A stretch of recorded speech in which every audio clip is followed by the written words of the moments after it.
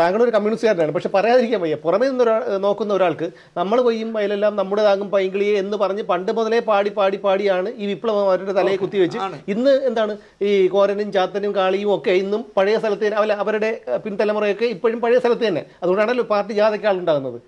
അല്ല അതാണ് സുരേഷ്, നിങ്ങളുടെയും പാർട്ടിയുടെയും തെറ്റിദ്ധാരണ അതാണ്. കേരനും കേളവും മാളുവും ഒക്കെ അവർ ഓരോന്നും പുന്നല ശ്രീകുമാറിനെ പോലുള്ളവരുടെയും വെള്ളാപ്പള്ളിയുടെ സാമൂഹ്യ നീതിയൊക്കെ ആയിരിക്കും പോയി വിഘടിച്ച് പോയി. ഇപ്പോൾ SNDP ഒരു നല്ല വിഭാഗം മറ്റേ അയാളെ വിവരം കിട്ട ചെറുക്കം ഉണ്ടാക്കിയ ഒരു പാർട്ടി ഉണ്ടല്ലോ, BDJS എന്ന് പറഞ്ഞാൽ അവന്മാർ പോയി. കള്ളും കോഴിക്കാലും കിട്ടുമെങ്കിൽ പോവും. പക്ഷേ നിങ്ങൾ DYFയുടെ മനുഷ്യച്ചെങ്കലയോ അല്ലെങ്കിൽ DYFയുടെ പരിപാടികളോ നിങ്ങൾ എടുത്തു നോക്കും. ഞാൻ അന്തസ്സായി അഭിമാനത്തോടെ പറയുന്നു, മറ്റേ പെരുന്ന പോപ്പിനെ പോടാ പുല്ലേ എന്ന് വിളിക്കുന്ന നായന്മാരാണ് ഇപ്പോൾ അതിൽ ഏറ്റവും കൂടുതൽ വർക്ക് ചെയ്യണത്. പക്ഷേ നായന്മാരെ ഒതുക്കാനാണ് പിണറായി വിജയനും സംഘവും നടക്കണേ. അതിൽ കുറേ നായന്മാരെ, ശിവൻകുട്ടി അടക്കം കുറേ എണ്ണം അതിനകത്ത് ഇരിപ്പുണ്ട് സംസ്ഥാന കമ്മിറ്റിയിലും തേങ്ങയിലൊക്കെ. ഒറ്റയാണതിന് മിണ്ടാൻ പറ്റില്ല. അവസാനമാക്കി ഇയാളല്ലേ, ഇയാൾ കണ്ണുരുട്ടിയ മൂത്രം ഒഴിക്കുന്നവന്മാരല്ലാത്ത ഏതുണ്ട് സംസ്ഥാന കമ്മിറ്റിയിൽ? ഒരുത്തനും ഇല്ല എന്ന് ഞാൻ വിശ്വസിക്കുന്നു. എന്നെപ്പോലെ ഒരുത്തന്നെ എടുത്തിരുന്നെങ്കിൽ ഞാൻ പറഞ്ഞു തന്നെ, നമുക്ക് പിന്നെ നഷ്ടപ്പെടാനൊന്നുമില്ലല്ലോ. നമുക്ക് MLA സീറ്റോ അല്ലെങ്കിൽ മന്ത്രിസ്ഥാനോ അല്ലെങ്കിൽ ജില്ലാ കമ്മിറ്റി സെക്രട്ടറിയോ ഒക്കെ ആവണമെന്നില്ലല്ലോ. എന്നെ പാർട്ടിയുടെ ബ്രാഞ്ചിൽ 6 മാസം സെക്രട്ടറി ആവാൻ പറഞ്ഞിട്ടില്ല, ആവാത്തവനാണ് ഞാൻ. എൻ്റെ ഭാര്യയോട് നിയമം സർവീസ് ഇപ്പോൾ ഒരുപാട് സാമ്പത്തിക ക്രമക്കേട് കിടക്കുന്ന ബാങ്കിൻ്റെ ഡയറക്ടർ ബോർഡിലേക്ക് മീറ്റിങ്ങിന് ഒന്നൊരു ഒപ്പിട്ടാൽ മതി എന്ന് പറഞ്ഞിട്ട് പോലും പോകാത്തവളാണ് എൻ്റെ ഭാര്യ. മഹിളാ അസോസിയേഷനിൽ കുറച്ചു കാലം പ്രവർത്തിച്ചപ്പോൾ മഹിളാ അസോസിയേഷനിൽ നടക്കുന്ന ചില കാര്യങ്ങൾ വന്നു, അവിടെ ചർച്ച ചെയ്യുന്ന കാര്യങ്ങൾ, അംഗങ്ങൾ തമ്മിൽ തള്ളക്കി വിളിക്കുന്ന കാര്യങ്ങൾ വന്ന് സിന്ധു പറഞ്ഞു, ഞാൻ പറഞ്ഞു ഇന്ന് നീ പോണ്ട എന്ന് പറഞ്ഞു. കാരണം ഇവള് വഴി ഏറ്റു നോക്കി. അപ്പോൾ അതുകൊണ്ട് എന്നെ തോപ്പിക്കാനൊന്നും പറ്റില്ല. നമ്മളെപ്പോലെ ഒരാൾ സംസ്ഥാന കമ്മിറ്റിയിലുണ്ടായിരുന്നു. ഇപ്പോൾ സ്വരാജിനെയൊക്കെ ഞാൻ ബഹുമാനത്തോടെ കാണുന്ന ആളാണ്. ഞങ്ങളുടെ പിണറായിക്കെതിരെ ഒരു അക്ഷരം പറയില്ല. ഇപ്പോൾ വാസവൻ അല്ല ഈ ഗോവിന്ദനെ പോലെ ഒരു വിവരദോഷി ചെന്ന് അവിടെ ചെന്ന് മറ്റേ RSSകാർ ഞങ്ങളെ ഒന്നിച്ച് കെട്ടിപ്പിടിച്ച് കിടന്നിട്ടുണ്ടെന്ന് പറഞ്ഞുകൊണ്ടല്ലേ സ്വരാജ് തോറ്റെ. സംസ്ഥാന കമ്മിറ്റിയിലെങ്കിലും സ്വരാജ് ചോദിക്കുമോ, വിവരം കേട്ടവനെ താനാണോ ഞങ്ങളുടെ സംസ്ഥാന സെക്രട്ടറി എന്ന് ചോദിക്കുമോ? വിവരം അറിയും. കാരണം അത് പിണറായിയുടെ നോമിനിയാണ്. നമ്മൾ ഈ ഏകാധിപതികളെക്കുറിച്ച് കരുണാകരനടക്കം ഇന്ദിരാഗാന്ധി അടക്കം ഒരുപാട് പേരെക്കുറിച്ച് ഏകാധിപതി എന്നൊക്കെ പറഞ്ഞ് നമ്മൾക്ക് പാർട്ടി ക്ലാസ് ജവഹർ സഖാവ് എന്ന് പറഞ്ഞൊരാളുണ്ട്, ജവഹർ. അദ്ദേഹം PJ തങ്കപ്പനുമൊക്കെയാണ് ഞങ്ങൾക്ക് പാർട്ടി ക്ലാസ് എടുത്തിരുന്നത്. അവരൊക്കെ പറഞ്ഞു തന്ന ഒരുപാട് കാര്യങ്ങൾ നമ്മുടെ മനസ്സിലുണ്ട്. കാരണം മറ്റേ പാർട്ടികളിലൊക്കെ ഏകാധിപത്യമാണ്. കേരളത്തിലെ കോൺഗ്രസ്സിൽ എന്ത് വേണമെന്ന് കരുണാകരനാണ് തീരുമാനിക്കുന്നത്. അതുകൊണ്ടാണ് കമ്മ്യൂണിസ്റ്റുകാരനായ സുകുമാരനെ KSFDCയുടെ ചെയർമാനാക്കിയപ്പോഴും ഒരു കോൺഗ്രസ്സുകാരൻ ആൻ്റണി പോലും മിണ്ടാത്തത്. അതുപോലെയാണ് ഇന്ദിരാഗാന്ധി. അവർ അടിയന്തരാവസ്ഥ തോന്നുമ്പോൾ പ്രഖ്യാപിക്കും. അത് അങ്ങനെയാണ് നമ്മളെ പാർട്ടി. അങ്ങനെയല്ല, നമ്മൾ ഉൾപാർട്ടി ജനാധിപത്യമുള്ള അകത്താർക്ക് സംസാരിക്കുന്ന, അകത്ത് AK സെൻറ്ററിനകത്ത് ആവനെങ്കിലും സംസാരിച്ചാൽ അവൻ അന്ന് തീരും. മനസ്സിലായ? പിണറായി വിജയൻ തീരുമാനിക്കും. അതാണ് ഇന്നത്തെ കമ്മ്യൂണിസ്റ്റ് പാർട്ടി. അല്ല, എന്തുകൊണ്ടാണ് താങ്കളെ പോലുള്ള തിരിച്ചറിവ്? നമ്മൾ സിനിമയിലാണ് തുടങ്ങിയെങ്കിലും ഇപ്പോൾ ഒരു കമ്മ്യൂണിസ്റ്റ് സഹയാത്രികൻ എന്നുള്ള നിലയിൽ താങ്കൾ ഇതൊക്കെ വെട്ടിത്തുറന്ന് ഒരിക്കലും ഒരാളും പറയാത്തൊരു കാര്യമാണ്. ഒന്നുകിൽ പലരുമായി നമ്മൾ സംസാരിച്ചപ്പോൾ അവർക്കെല്ലാം താങ്കളുടെ അഭിപ്രായമാണെങ്കിൽ പോലും അവരൊക്കെ ക്യാമറയ്ക്ക് മുന്നിൽ പറയാൻ തയ്യാറായിട്ടില്ല. പക്ഷേ എന്തുകൊണ്ടാണ് താങ്കൾ ഈ പറയുന്ന കാര്യങ്ങളൊക്കെ പലർക്കും അറിയാമെങ്കിലും പലരും ഇത് തുറന്ന് പറയാൻ തയ്യാറാകുന്നില്ല? അവർക്ക് അവസരങ്ങൾ വേണമെന്നുള്ളതുണ്ട്. എന്നെ കഴിഞ്ഞ പിണറായി വന്നതിന് ശേഷം, അല്ലെങ്കിൽ ഈ പറഞ്ഞ ചലച്ചിത്ര അക്കാദമിയിൽ ഈ പെണ്ണുകൂടി വന്ന ശേഷം സിനിമയുടെ ഒറ്റ ചടങ്ങിന് എനിക്കൊരു ക്ഷണക്കത്ത് പോലും ആക്കിയില്ല. മഹേഷ് പഞ്ചിനോട് പറഞ്ഞു, ദിനേശിന് ഫിലിം ഫെസ്റ്റിവലിൻ്റെ ക്ഷണക്കത്ത് അയച്ചാൽ അന്ന് ഞാൻ നിൻ്റെ പേരിൽ കംപ്ലയിൻ്റ് എഴുതി കൊടുത്തിട്ട് രാജിവെക്കുമെന്ന് പറഞ്ഞു മഹേഷ് പഞ്ചിനോട്, ഈ ചെയർമാൻ, ഈ പെണ്ണുകൂടിയൻ. പക്ഷേ 9 വർഷം കഴിഞ്ഞിട്ട് കോൺക്ലേവിന് വിളിച്ചു, KSFDC വിളിച്ചു വെച്ചു. ഇനി വഴിതെറ്റി വിളിച്ചാണെന്ന് പറഞ്ഞാൽ ഒരു പെൺകുട്ടിയും 2 ആണുങ്ങളും വിളിച്ചു. ഞാൻ വരും. അല്ല സാർ, ഫുഡ് അക്കോമഡേഷനൊക്കെ ഉള്ള. അക്കോമഡേഷൻ ഞാൻ തിരുവനന്തപുരത്തുകാരാണ്. ഞാൻ വരും. ഞാൻ പങ്കെടുത്തു 2 ദിവസവും ഫുൾ ആദ്യ അവസാനം വരെ പങ്കെടുത്തു. അല്ലാതെ ചെന്ന് തല കാണിച്ചിട്ട് ക്യാമറയുടെ ഫ്രണ്ടിൽ കൂടെ നടന്നു പോകുന്ന പരിപാടിയല്ല. അവസാന പരിപാടിയിൽ നിൽക്കി. എന്നാൽ അവരുടെ 2 ദിവസത്തെയും ഡിന്നറിൽ പങ്കെടുക്കാതിരിക്കുകയും ചെയ്തു. ഉച്ചയ്ക്കൊക്കെ അവിടെ നിന്നുണ്ട്, നല്ല സദ്യയൊക്കെ ആയിരുന്നു. പക്ഷേ നിങ്ങൾ ആലോചിച്ചു, ഞാൻ എന്ത് തെറ്റ് ചെയ്തിട്ടാണ് എന്നെ ഈ കഴിഞ്ഞ 9 വർഷമായിട്ട് പാർട്ടി മഴയത്ത് നിർത്തിയത്? അല്ലെങ്കിൽ ഈ ഡബ്ബിംഗ് ആർട്ടിസ്റ്റ് കൊടുത്ത നുണ കേട്ടിട്ട് ആനാവൂർ നാഗപ്പൻ പറഞ്ഞെന്ന് ഡബ്ബിംഗ് ആർട്ടിസ്റ്റ് മതി നമുക്ക്, ഈ ദിനേശ് എന്ന് പറഞ്ഞാൽ വേണ്ട, അവൻ്റെ പാർട്ടി മെമ്പർഷിപ്പും കട്ട് ചെയ്തിരെന്ന് പറഞ്ഞു.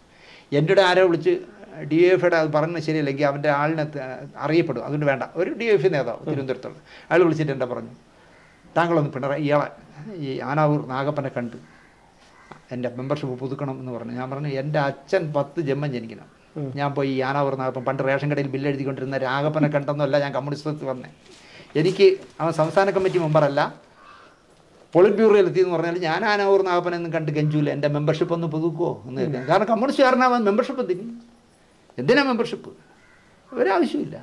ഇപ്പോൾ തന്നെ നിങ്ങൾ നോക്കിക്കോളൂ, വരുന്ന ഇലക്ഷനിൽ CPIക്ക് വരാൻ പോണ പാട്. CPIക്കായിരിക്കും ഈ മുന്നണിയിലെ ഏറ്റവും നഷ്ടം വരാൻ പോകുന്നത്. കാരണം ബിനോയ് വിശ്വത്തിനെ പോലെ ഒരു മാനിൻ്റെ സ്വഭാവമുള്ള ഒരു മനുഷ്യനൊന്നും അല്ല പാർട്ടിയുടെ സെക്രട്ടറിയായിട്ട് ഇരിക്കേണ്ടത്. പക്ഷെ അദ്ദേഹം പോലും നിലപാട് ഇല്ല, നിലപാടുണ്ടായിട്ട് കാര്യമില്ലെന്ന് ഇയാളുടെ പറയാൻ പറ്റുമോ? ഈ CPMനോട് എന്തെങ്കിലും പറയാൻ പറ്റുമോ? ഇതാ ജില്ലാ സമ്മേളനങ്ങൾ നടക്കുന്നിടത്തെല്ലാം ബിനോയ് വിശ്വനെ എടുത്തു കൊടുക്കുകയല്ലേ. മാനൊന്നും ആയിരുന്നൊരു കാര്യമില്ല. ഏറ്റവും ചുരുങ്ങിയതൊരു കാനൻ രാജേന്ദ്രനെങ്കിലും ആയിരിക്കണം.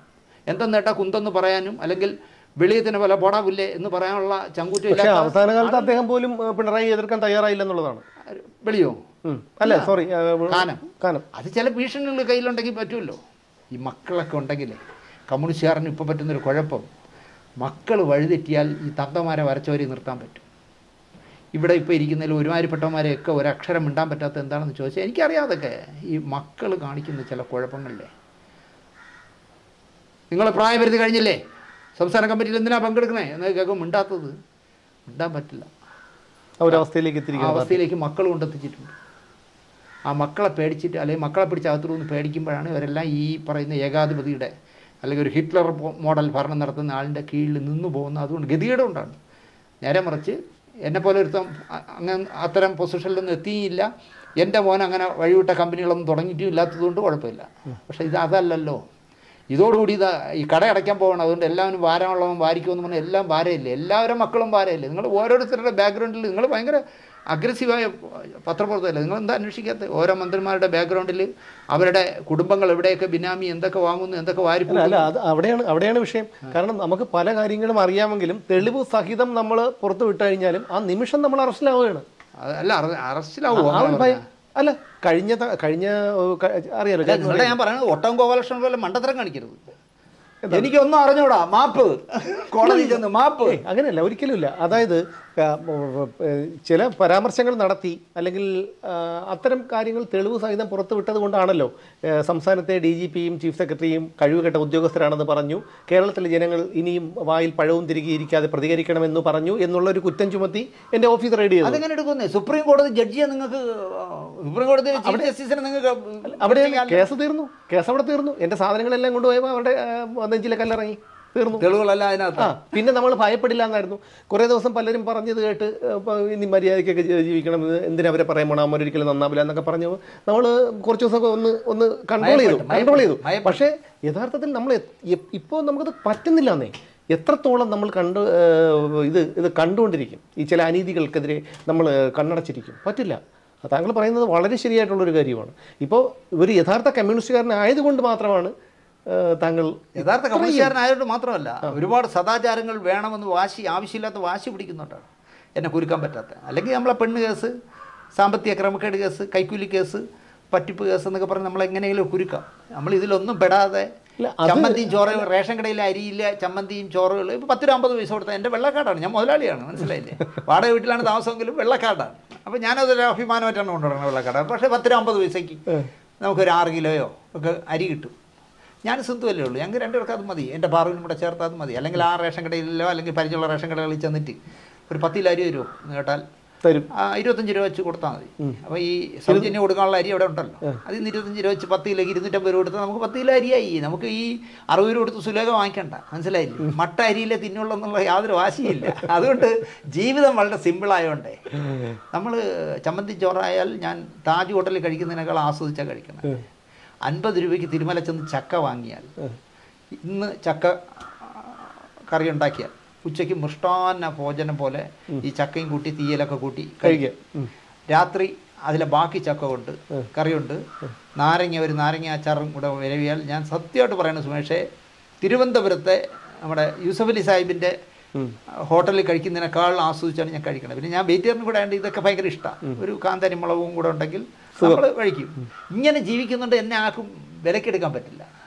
നേരെ മറിച്ച് ഞാൻ ഈ കാണുന്നവരെയൊക്കെ പറ്റിച്ച് സിനിമയിൽ ചാൻസ് കൊടുക്കാമെന്ന് പറഞ്ഞ് കാണുന്ന പെൺപിള്ളേരെയൊക്കെ ഉപയോഗിച്ച്, അല്ലെങ്കിൽ നിനക്ക് വേഷം തരാം, ഒരു 5 ലക്ഷം കൊണ്ടുപോകാന്ന് പറഞ്ഞ ഒരു 5-6 പേര് മാസം വാങ്ങിച്ച് തിന്നുകൊണ്ട് നടക്കുന്നതാണെങ്കിൽ എൻ്റെ പേര് കേസൊക്കെ വരും. ഇത് അതൊന്നും ഇല്ലാത്തതുകൊണ്ടേ നമ്മൾ ഒതുങ്ങി ജീവിക്കുന്നുണ്ട്. കഴിയുമെങ്കിൽ വീട്ടിൽ നിന്ന് പോലും ഞാൻ പുറത്തു പോകില്ല, ആവശ്യത്തിനല്ലാതെ പുറത്തു പോകില്ല. വീട്ടിനകത്തിരുന്ന് വായിക്കുക, എഴുതുക, ആവശ്യമില്ലാത്ത കാര്യങ്ങൾ ചിന്തിക്കുക. അപ്പോഴൊക്കെയാണ് ഈ രോഷം എനിക്ക് വരണത്. അത് ഈ എൻ്റെ പാർട്ടിയുടെ ഗതികേടൊക്കെ ഞാൻ ആലോചിക്കുന്നത്. വെറുക്കപ്പെട്ടവനെന്ന് സഖാവ് വി എസ് വിളിച്ച സിംഗപ്പൂരിൽ കിഡ്നി കച്ചവടം ചെയ്ത് കോടികളുണ്ടാക്കുന്ന ഒരുത്തനെ വെറുക്കപ്പെട്ടവൻ എന്ന് വി എസ് വിളിച്ചെങ്കിൽ അവൻ്റെ അച്ഛൻ ചത്തപ്പോഴും അവൻ്റെ എല്ലാ കാര്യത്തിനും കൂടെ പോവുകയും അവനെ കൊണ്ട് വി എസിനെ തള്ളക്കി വിളിക്കുന്ന സിനിമ രഞ്ജി പണിക്കരെ കൊണ്ട് നിർമ്മിച്ച് സംവിധാനം ചെയ്യുകയും അവൻ്റെ പൈസയിലാണ്. അച്യുതാനന്ദനെ ചീത്ത വിളിച്ചെന്ന് പറഞ്ഞിട്ട് ഈ അച്യുതാനന്ദനെ ഇവിടുന്ന് ആലപ്പുഴ വരെ കൊണ്ടുപോകുന്ന കാഴ്ച നിങ്ങൾ കണ്ടില്ലേ? കേരളത്തിലെ ഏതെങ്കിലും ഇനിയൊരു കമ്മ്യൂണിസ്റ്റുകാരന് ഇതിൻ്റെ 10-1 കിട്ടും. അവിടെയാണ് അത് ജനങ്ങളെല്ലാം കണ്ടുകൊണ്ടിരിക്കുകയാണെന്നുള്ളതിൻ്റെ ഉദാഹരണമാണ്. കാരണം അവിടെ തടിച്ചുകൂടിയവർ, വഴിയരികിൽ തടിച്ചുകൂടിയവരാരും കമ്മ്യൂണിസ്റ്റുകാർ മാത്രമായിരുന്നില്ല. അതായത് സാധാരണക്കാരായ മനുഷ്യനെ കാണാനാണ്, കമ്മ്യൂണിസ്റ്റുകാരനായ ഒരു മനുഷ്യനെ അവസാനമായിട്ട് കാണാനാണ്. നിങ്ങൾ ആലോചിച്ച് നോക്ക്, അദ്ദേഹം വെറുക്കപ്പെട്ടവനെന്ന് വിളിച്ചവനെ മച്ചമ്പി എന്ന് പറഞ്ഞു കൊണ്ടു നടക്കുന്ന ഒരു നേതാവിനെ എങ്ങനെ നമ്മൾ ബഹുമാനിക്കും? എന്നാലും എനിക്ക് ഇയാളെ ബഹുമാനമാണ്. കാരണം ഇയാളുടെ ചില കാര്യങ്ങളെ നമുക്ക് വേറൊരാൾ ആ പാർട്ടിയിലില്ല ഇതുപോലെ നിൽക്കാൻ. ഞാനിപ്പോൾ ആലോചിക്കും, പിണറായി വിജയൻ്റെ ശേഷം കമ്മ്യൂണിസ്റ്റ് പാർട്ടി കേരളത്തിൽ ആരും നയിക്കുമെന്ന്. ഇതുപോലെ പാർട്ടിയെ എന്താ പറയുക, ചങ്കൂറ്റത്തോടെ കൊണ്ടു നടക്കാൻ അല്ലെങ്കിൽ കൺട്രോൾ ചെയ്ത് കൊണ്ടു നടക്കാൻ പറ്റിയ വേറൊരു നേതാവില്ലെന്നേ. ഗോവിന്ദനെയൊക്കെ കേരളത്തിലെ മുഖ്യമന്ത്രിയാക്കിയുള്ള ഗതികേടാലും ചെയ്ത് ചപ്പളാൻ കട്ടയും കൂടെ കൊടുത്താൽ മതി കഥാപ്രസംഗം പറയാൻ. നിങ്ങൾ ആലോചിച്ച് നോക്ക്, ഞാനങ്ങനെയാണ് കാണുന്നത്. നിങ്ങൾ ഏതെങ്കിലും ഈ മന്ത്രിസഭയിലുള്ള ഒരു മന്ത്രിക്ക് മുഖ്യമന്ത്രി ആവാനുള്ള യോഗ്യത ഉള്ളവരുണ്ടോ എന്ന് നിങ്ങളൊന്ന് പറഞ്ഞേ. കമ്മ്യൂണിസ്റ്റ് പാർട്ടി അതൊന്നും കമ്മ്യൂണിസ്റ്റ് പാർട്ടിയിൽ അതൊന്നും നടക്കില്ല. അതൊക്കെ നടക്കാത്ത കാര്യങ്ങൾ നടക്കും. പക്ഷേ അതുകൊണ്ട് മന്ത്രി വരെ ആക്കാമായിരിക്കും. പക്ഷേ റിയാസ് പിണറായി വിജയൻ്റെ മകളെ കട്ടിയതുകൊണ്ടല്ലല്ലോ അവൻ നേതാവായേ, അവൻ മന്ത്രിയായത്. അവൻ്റെ നിങ്ങൾ പാരമ്പര്യം എടുത്ത് നോക്കണം. അവൻ്റെ ഒരു പോലീസ് ഓഫീസർ, ഒരു വലിയ പോലീസ് ഓഫീസറുടെ മകനായിട്ട് പോലും കുട്ടിപ്രായത്തിൽ SFIയിലൂടെ അവൻ എന്തെല്ലാം സമര പോരാട്ടങ്ങളിലൂടെയാണ് വന്നത്. അല്ല, അവിടെ തെറ്റി. അതായത് പിണറായി വിജയന്റെ മരുമകനായതുകൊണ്ടാണ് റിയാസ് മന്ത്രിയായതെന്ന് ഞാൻ പറയും. നിങ്ങൾ പറഞ്ഞു അങ്ങനെ നിങ്ങൾ പറഞ്ഞാൽ ഞാൻ എന്ത് പറയുന്നത് അറിയോ? ഈ സംസ്ഥാന കമ്മിറ്റിയിലുള്ള ബാക്കി എല്ലാവരും കിഴങ്ങന്മാരാണെന്ന് പറയേണ്ടി വരും. അല്ല, ഭരണനഗരം മൂത്രം ഒഴിക്കാൻ പോയപ്പോഴാണല്ലോ AK ആന്റണി മുരളിയെ നേതാവാക്കി. അതെ, അല്ലെങ്കിൽ ഞാനത് പറയുന്നത് വ്യക്തിപരമായിട്ടുള്ള വൈരാഗ്യം. കാരണം അദ്ദേഹം ജയിച്ച് പിണറായി വിജയന്റെ മകളെ വിവാഹം കഴിച്ചതിന് ശേഷമാണ് ജയിക്കുമെന്ന് ഉറപ്പുള്ള ബേപ്പൂരിൽ സീറ്റ് കൊടുത്ത് ജയിപ്പിച്ചു. അങ്ങനെ പറയരുത്. റിയാസിനെ പറ്റി, റിയാസിന്റെ ത്യാഗപൂർണമായ രാഷ്ട്രീയ ജീവിതത്തെ കുറിച്ച് അങ്ങനെ പറയരുത്. ശരിയാക്കി ഞാൻ ചോദിച്ചോട്ടെ, ഐഷ പോറ്റി 4 തവണ MLA ആളാണ്. അതേ ആവശ്യമുള്ളൂ. അതിന്റെ ആവശ്യമുള്ളൂ. 2 തവണ കൊടുക്കാവൂ. അവരെ ഒഴിവാക്കി. അതെ, പോട്ടെ. ബാലകൃഷ്ണനെ തോപ്പിച്ചുകൊണ്ട് മാത്രമാണ് 4 തവണ കിട്ടിയത്. അല്ല, പക്ഷെ ഒരു കാര്യമുണ്ട്, ഒരിക്കലും ഒരു കറപുരളാത്ത രാഷ്ട്രീയ ജീവിതം നയിച്ച ഒരാളാണ് ഐഷ പോറ്റി. ഒരു വളരെ മാന്യമായി. നിങ്ങൾ പാർട്ടിക്കാരി അല്ലാത്ത ഐഷ പോറ്റിയെ പറ്റി നിങ്ങൾ നടക്കുന്ന പാലോളി മുഹമ്മദ് കുട്ടി അങ്ങനെ അങ്ങോട്ട് എഴുതി കൊടുത്തില്ലേ? കമ്മ്യൂണിസ്റ്റുകാരന് അങ്ങനെ ആയിരിക്കണം. എന്നെ ഇനി സംസ്ഥാന കമ്മിറ്റിയിലോ നിയമസഭാ മത്സരത്തിലോ പങ്കെടുപ്പിക്കരുതെന്ന് അങ്ങോട്ട് എഴുതി കൊടുത്ത സഖാവാണ് പാലോളി. ആ പാലൊളിയൊന്നും ഇനി ഉണ്ടാവില്ല ഒരിക്കലും. അപ്പൊ ഐഷ പോറ്റി മാത്രമല്ല, ഞാൻ പറഞ്ഞു വന്നത്, നിങ്ങൾക്ക് ഒരുപാട് പേരെ വേണമെങ്കിൽ ഞാൻ പറഞ്ഞുതരാം. പാല് വിറ്റ് രാവിലെ 4 മണി കഴിച്ച് പശുവിനെ കറന്ന് ശശീന്ദ്രനാണ് വയനാട് പൂക്കോട് അർജുൻ ഉണ്ടല്ലോ, സിദ്ധാർത്ഥന്റെ കൊലവുമായി ബന്ധപ്പെട്ട് പ്രതികൾക്ക് വേണ്ടി വന്നതും കൂടി നമ്മൾ ഓർക്കണം. ആയിക്കോട്ടെ, ശരിയായിരിക്കും. അദ്ദേഹത്തിന്റെ ഈ ലളിത ജീവിതം ശരി തന്നെയാണ്. പാർട്ടിക്ക് വേണ്ടി അങ്ങനെയുള്ള കമ്മ്യൂണിസ്റ്റുകാരൊന്നും ഇനി കിട്ടില്ല. ഇപ്പോൾ ഉള്ളത് കിട്ടുന്ന സമയത്ത് വാരുക, നമ്മൾക്ക് നമ്മുടെ പിള്ളേർക്കും വാരുക എന്നുള്ളതാണ്. ഇപ്പോൾ ഇവിടുത്തെ നേതാക്കന്മാരായിരിക്കുന്നവരുടെ ഭാര്യമാരുടെ ശമ്പള സ്കെയിൽ നോക്കിയാൽ എന്തൊക്കെയാണ്. അതെ, ഞാനിങ്ങനെ ആലോചിക്കും കേട്ടോ, അവരും ഒരു പാർട്ടിക്കാരിയാണ്, പോട്ടെ, പക്ഷേ അവർക്ക് നന്നായിട്ട് ജീവിക്കണ്ടേ, ആയിക്കോട്ടെ, പക്ഷേ ഇങ്ങനെ ചെയ്യരുത്. അല്ല, ശിവൻകുട്ടിയുടെ ഭാര്യ PSC മെമ്പർ അല്ല, അത് കുഴപ്പമില്ല. അവർ നിങ്ങൾ ശിവൻകുട്ടിയുടെ ഭാര്യ എന്ന് പറയുന്നതിനേക്കാൾ എനിക്ക് അവരെ പാർവതിയെ പറയാൻ ഇഷ്ടം ഗോവിന്ദപിള്ളയുടെ മകളാണ്. കമ്മ്യൂണിസ്റ്റ് താത്വിക ആചാര്യനായിരുന്ന ഒരു പരിധിവരെ EMSനേക്കാൾ മുകളിൽ ചിന്തിച്ചിരുന്ന ചില അബദ്ധങ്ങൾ കാണിച്ചതുകൊണ്ട് വെട്ടി തരത്തിയ അദ്ദേഹവുമായി ഒരിക്കലും ശിവൻകുട്ടിയൊന്നും താരതമ്യപ്പെടുത്തും. അയാൾ മരുമോനല്ലേ? ഞാൻ പാർവതിയാണ് പറഞ്ഞത്.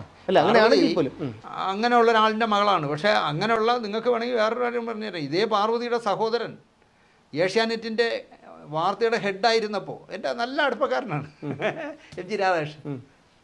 പാർട്ടിയെ ഇത്രയും ഡാമേജ് വരുത്തിയ ഒരു ഏഷ്യാനെറ്റിലെ ഒരു വാർത്താ ഹെഡുണ്ടോ? വെറും പഴം. അവിടെ വേറെ മറ്റേ മാനസിക രോഗികളുണ്ടല്ലോ, അവർ തീരുമാനിക്കും വാർത്ത. പാർട്ടിക്കെതിരെ തള്ളക്കി വിളിക്കുമ്പോൾ ഇയാളാണ് വാർത്തയുടെ ഹെഡ്. ഒരു റോളും ഇല്ല പുള്ളിക്ക്. അങ്ങനെയൊക്കെ പറയണമെങ്കിൽ ഒരുപാട് പറയാനുണ്ട്. പക്ഷേ അതല്ല ഞാൻ പറയണേ.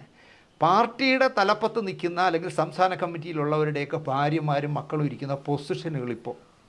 അപ്പോൾ ചോദിക്കും, എന്നും പരിപ്പൊടിയും തേയിലുള്ള കുടിച്ചാൽ പോരുന്നിട ഇല്ല, അത് പോരാ. പക്ഷേ നമ്മൾ കുറച്ചൊന്ന് ബാലൻസ് ചെയ്യണം. അല്ലാതെ നമ്മൾ പാർട്ടിയിലുള്ളവന്മാർ മാത്രം കാശുണ്ടാക്കിയാൽ മതി എന്ന് പറഞ്ഞാലേ.